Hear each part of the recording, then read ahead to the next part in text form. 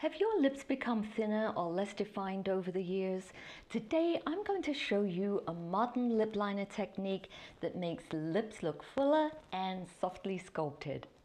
Hi, I'm Kerry-Lou and welcome to Silver Style Studio. Let me show you the result first. It's a more lived-in look. We're moving away from harsh, sharp lines and towards soft, diffused and natural-looking lips. Let's start with selecting the right pencil for you. When I started doing makeup many years ago, we didn't have waterproof, long-lasting lip liners, but that was fine if you used a good quality product and applied it right. So first, we'll take a look at the classic lip pencil. Most of the pencils in my professional makeup kit were from MAC Cosmetics, and they're still the gold standard in my opinion. They're somewhat creamy, but they aren't greasy, nor are they dry. They're nicely pigmented, which helps the color last longer. I'll start by showing you some makeup artists' favorite shades. Whirl is a muted pink mauve color. It's perfect for creating a fuller looking lip. Here's why it works so well. A muted shade like this is going to have a receding effect, which is what we're looking for to achieve our sculpted lip. Plus, these shades go with a lot of different lipstick colors. If you're looking for something more pink but not too bright, I love the color SOAR by MAC.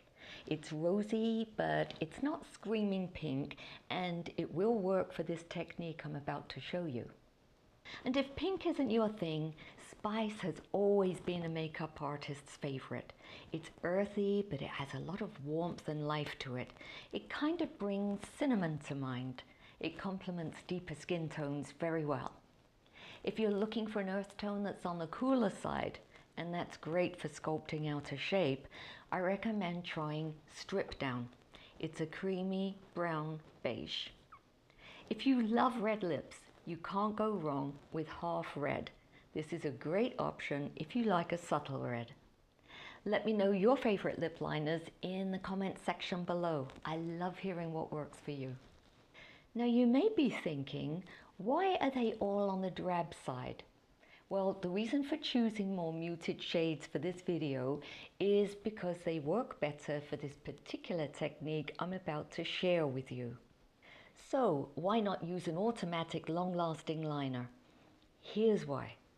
They all start off great. They go on smooth and they're nice and pointy, but then you accidentally leave the cap off and before you know it, you have a fossilized lip liner. And forget sharpening them with the cute little sharpener on the end, which just chews up half your pencil. Now before I show you my favorite lip enhancing techniques, let me show you one of my favorite makeup artist tricks. It's going to save you from broken pencils forever. Did you ever have this happen? You go to sharpen your lip or your eye pencil and then suddenly it's broken in the pencil sharpener. Then it's really hard to get out. It's all mushed up in there. So frustrating. So let me show you how you can avoid that. Whenever I got home from a makeup job, it was brush cleaning time and pencil sharpening time. Makeup artists work so hard to maintain their makeup kit. So here's the best trick ever. After I cleaned my pencil with alcohol, I would put the pencil in the freezer for 15 minutes. Then, when you sharpen them, they won't crumble and get stuck in your pencil sharpener. You'll create a beautiful point this way. Make sure you have two pencil sharpeners, one for eye pencils and the other for lip pencils. This stops bacteria traveling from your lips to your eyes. Also, it's going to stop your black liner from getting onto your pretty pink lip liner. And please, clean your sharpener with alcohol. I like these Bobbi Brown sharpeners that I bought years ago. They work great for most of my pencils. By the way, if you enjoyed this video so far, please hit the like button and subscribe for more makeup artist tips. Okay, so let's start. I do just want to tell you that a couple of times a week I use my ZIIP Micorcurrent device. They have a specific program for lips and the lip area, and it's very effective. I've found that it does have a wonderful plumping effect on my lips and a softening of the lines in the lip area. I mean, I know I do have lines still in my lip area. I'm 68 years old. I don't do Botox or fillers. So this is a godsend for me. I absolutely love it. And I have made a video on how the microcurrent works, how this specific ZIIP device works with microcurrent and nanocurrent. So if you want to check that out, please go to that video. So before I apply my lip liner, I do like to use a little concealer.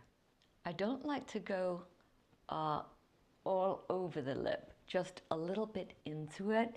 I find that if I go too far into the pinkness of the lip itself, which I kind of have done right there, it kind of churns up once I put the lipstick on, and it doesn't look very nice. So I prefer to just put a little bit here, and by using the brush, I'd get into those lip lines around my mouth. You know, I had a very unkind comment recently on one of my videos that had nothing to do with lipstick or lips. They said, hey, you must have been a smoker because you have such severe smoker's lines around your mouth. And no, I have never smoked. I think people are just so used to seeing Botoxed faces and filler around the lip lines.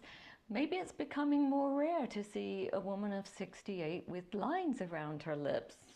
Well, that's me. I'm 68 and I have lines around my lips. I'm okay with it. I don't know why it bothered that person so much, because it doesn't really bother me. Okay, so lip pencil time. If you have trouble with getting your lip liner even, I have a method that's going to help you. I use 3 dots on the top of each curve of the lip and right in the center here. And you can kind of line it up under your nose. So we go 1, 2, 3. And always have a little Q-tip standing by if you get it wrong. After a while, if you do your lip liner almost every day, you probably won't need to do this anymore, but it's good if you're not used to lip liner. Anyway, we make a little V shape now. So we kind of connect the dots. How easy is that? So 1, 2. So we've made this V shape here. Now it's easy to take the pencil and take it towards the outer side of your lips. Now let me just tell you this. If your mouth tends to droop downwards, as happens with age, right? Don't go all the way to the edge, because you're only going to emphasize that downward slant, okay? So don't do that. Also, the lip pencil can gather here, so try to keep lipstick and your lip pencil out of this area, okay? Good, let's continue. Now, do you see how I'm using the side of the pencil? It's nicely sharpened, so I have a lot to work with. This is going to keep it so much steadier for you. So if you're a little wobbly with your hands and you're not, you know, you don't have to be a brilliant makeup artist, you just need to know a few tricks. So this is one of them that I like. So, okay, let's do the bottom. So we're just going to make a little dash on our lower lip right below that V that we just did. So just there, it's just underneath the V. And now I always find more in control when I'm going downwards than if I'm drawing upwards. So that's what I'm doing here. So again, just a little bit over the lip line. here. Okay, so once you've done that, you can fill in the area, if you like, with the lip pencil. Some people do that over the entire lip, but I do find that if you use lip liner to fill in the whole lip, it can be a bit drying. So I won't do it all the way.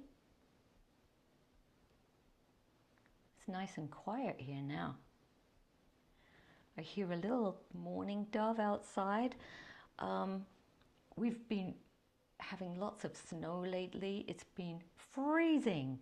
I live in the New York area, New Jersey, and we had 18 inches of snow last week. But right now it's going to be 68 degrees Fahrenheit. So for those of you who don't know what that is, t-shirt weather. Yes. Okay, so now I'm going to soften the line a little bit. See, that's what makes this a little bit more of an updated lip liner. It's not like we used to do in the 80s and the 90s where the lip liner was kind of a different color to the lipstick, or the lipstick was way lighter than the lip liner. Also, this is a softer, a little bit more of a blurred look. So I'm taking a Q-tip and I'm just going to go around the perimeter of my lips with it, just to soften that line a little bit.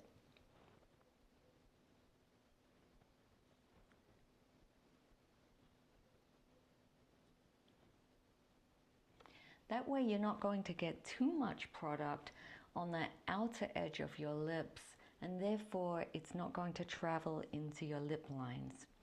Okay, so now we are going to powder the lip line a little bit, and that's going to really keep it set for the day. I remember when I was a teenager, I used to take my younger sister Cheryl into London. I used to be a model, and so I would take her with me, and I would treat her to pizza, which was a big deal because this was the 80s. Was it the 80s? Yeah, late 70s. And so there weren't many pizza places in London at the time. So we used to go to Pizza Hut. Now I live in New York, home of arguably the best pizza in the world.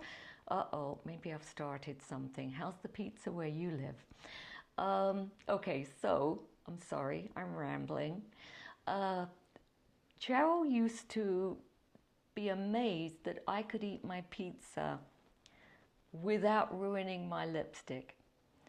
I don't quite know how I did it. I think probably with powdered lip line like I just showed you, but I think a lot of, I probably made kind of a horse face as I ate the pizza. Who knows? Anyway, she was always very impressed with that. Okay, so next, I got this lip color from Ulta. It's a cheapie, but a goodie. So this is what we're going to use today. Now, you can use it straight from the tube, or you can use it with a lip brush. So I'll finish using it with the lip brush. Blend it into the liner that we did. Okay. I love this color.